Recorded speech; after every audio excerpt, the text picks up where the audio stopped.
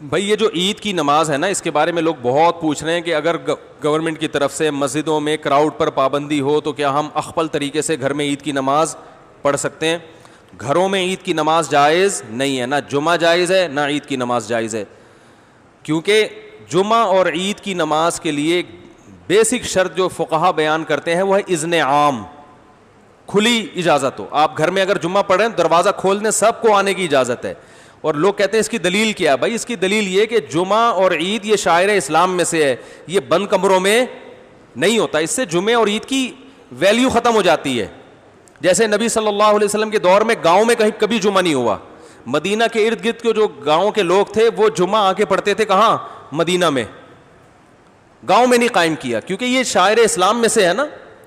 تو اب یہ کیسی اجازت ہے کہ نبی کے دور میں گاؤں کے لوگ شہر میں آ کے پڑھ رہے ہیں اور یہاں شہر کے لوگ اپنے اپنے گھروں میں بند ہو کے پڑھ رہے ہیں؟ تو ہماری رائے یہی ہے، اور حضرت مفتی تقی عثمانی صاحب کا بھی اسی پہ فتویٰ ہے کہ ان لاک ڈاؤن کے حالات میں گھروں میں آپ ظہر پڑھیں گے، جمعے کی نماز نہیں پڑھیں گے، نہ عید کی نماز پڑھیں گے. عید کی نماز وہاں پڑھ سکتے ہیں کہ جہاں پھر لوگوں کو کھلے عام اجازت دے دیں. تو اگر کسی فیکٹری میں یا کسی ایسی جگہ پہ سب کو آپ نے اجازت دے دی بھائی یہاں آئے، تو وہ پڑھیں، پھر اجازت ہے. تو یہی رائے ہے. اس کے خلاف جو قول ہے ہماری نظر میں وہ ضعیف ہے. بعض لوگوں نے کہا کہ کسی عذر سے اگر لوگوں کو روک دیں تو پھر مجبوری ہے. ابھی ہم جو گھر کا دروازہ بند کر رہے ہیں وہ تو عذر سے. تو بھائی یہ جو فقہا نے کہا ہے نا کہ اذن عام کہ کھلی اجازت ہونی چاہیے، تو کھلی اجازت ختم تو جب ہی ہوگی نا جب کوئی عذر ہوگا. بلا عذر کون لوگوں کو نماز سے روکے گا؟ تو فقہا کا مطلب یہی ہے کہ عذر ہو یا نہ ہو آپ نے لوگوں کو اجازت دینی ہے. یہ جمعے اور عیدین کی شرائط میں سے ہے. تو مسلم ملک کنٹری ہو یا غیر مسلم کنٹری، وہاں پر اس بات کا اہتمام کریں کہ عید کی اگر آپ کو اجازت ملتی ہے تو پھر تو ٹھیک ہے، نہیں ملتی ہے تو گھروں میں پھر عید کی نماز نہیں ہوگی، نہ خطبہ ہوگا. اپنے کوئی نوافل پڑھنا چاہے تو پڑھ سکتا ہے، وہ عید نہیں کہلائے گا. اور کیونکہ ایک شرعی عذر ہے تو وہ اللہ معاف کرنے والا ہے، اور کیا ہے.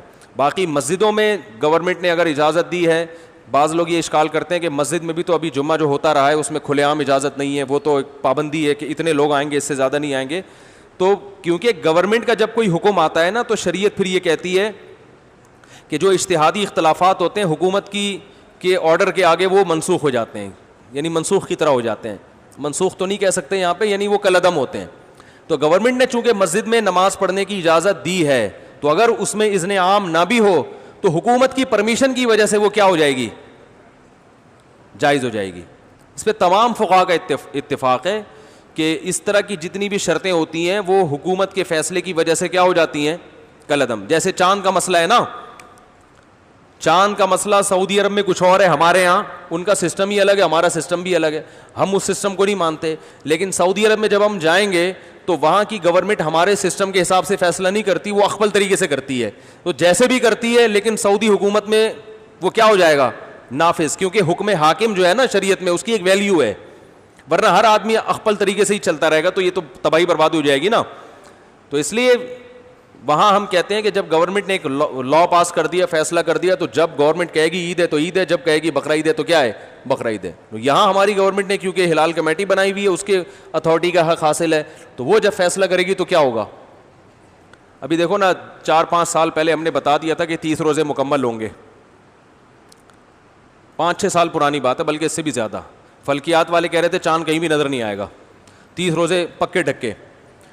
تو ہلال کمیٹی نے اعلان بھی نہیں کیا کہ کل عید ہے، اور 30 روزے ہو گئے، تراویح بھی ہو گئی. ہماری مسجد میں بیان شروع ہو گیا، ایک دم رات کو 10:30 بجے اطلاع آئی کہ کل کیا ہے؟ عید ہے. ہلال کمیٹی نے اپنا فیصلہ واپس لے لیا. اب ہمارا میٹر تو گھوما تھا کہ چاند کہیں دور دور کا بھی نام و نشان نہیں، پتہ نہیں ان کو نظر کہاں سے آ گیا. لیکن بہرحال ہم نے بھی کیا کیا ہے؟ عید منائی ہے.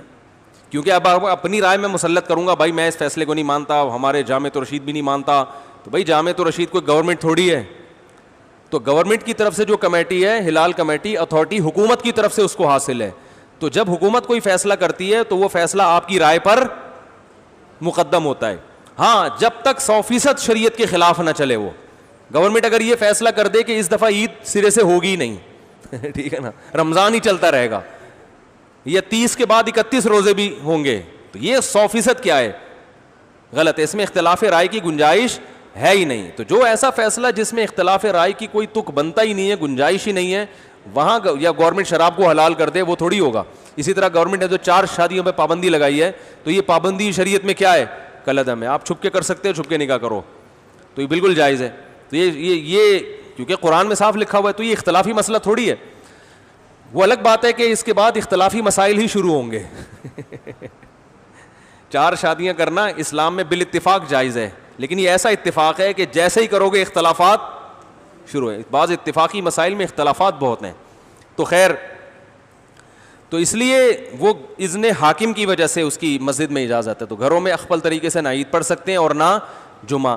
ایک آخری بات یہ کہ اگر کسی عالم کی رائے ہو کہ نہیں پڑھنی چاہیے تو آپ اس کی رائے کو فالو کریں, مگر پھر تان و تشنیع نہ کریں کہ کلپ بنا کے ادھر میرا کلپ لگا دیا, ادھر دوسرے مولانا صاحب کی یہ کچھ اور کہہ رہے ہیں, وہ کچھ اور کہہ رہے ہیں. اس سے پھڈے بازی کے علاوہ کچھ بھی حاصل نہیں ہوتا. بھائی ہمارے یہ دلائل ہیں, اور مفتی اعظم حضرت مفتی تقی عثمانی صاحب وہ بہت بڑے محقق ہیں, ان کی بھی یہ رائے ہے.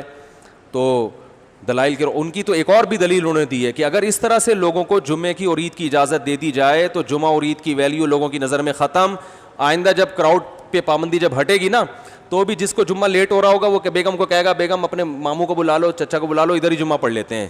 اس کا یعنی سیاسی نقصان بھی ہے, سمجھ رہے ہیں نا.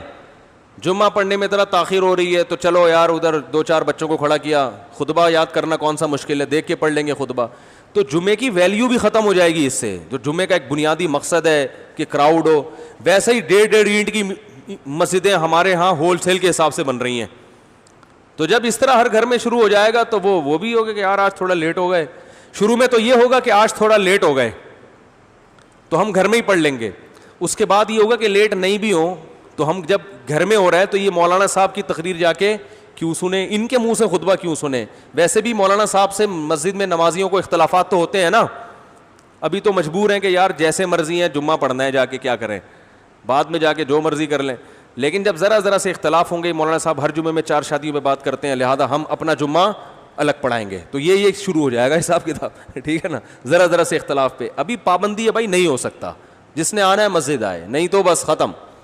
تو یہ مفتی تقی عثمانی صاحب دامت برکاتہم کی رائے یہ ہے کہ یہ سیاستاً بھی کیا ہے, نقصان دہ ہے. لیکن پھر بھی اگر کسی عالم کی رائے ہے, وہ مصر ہے کہ نہیں گھر میں, تو کوئی ان عالم کو فالو کرتا ہے تو ٹھیک ہے.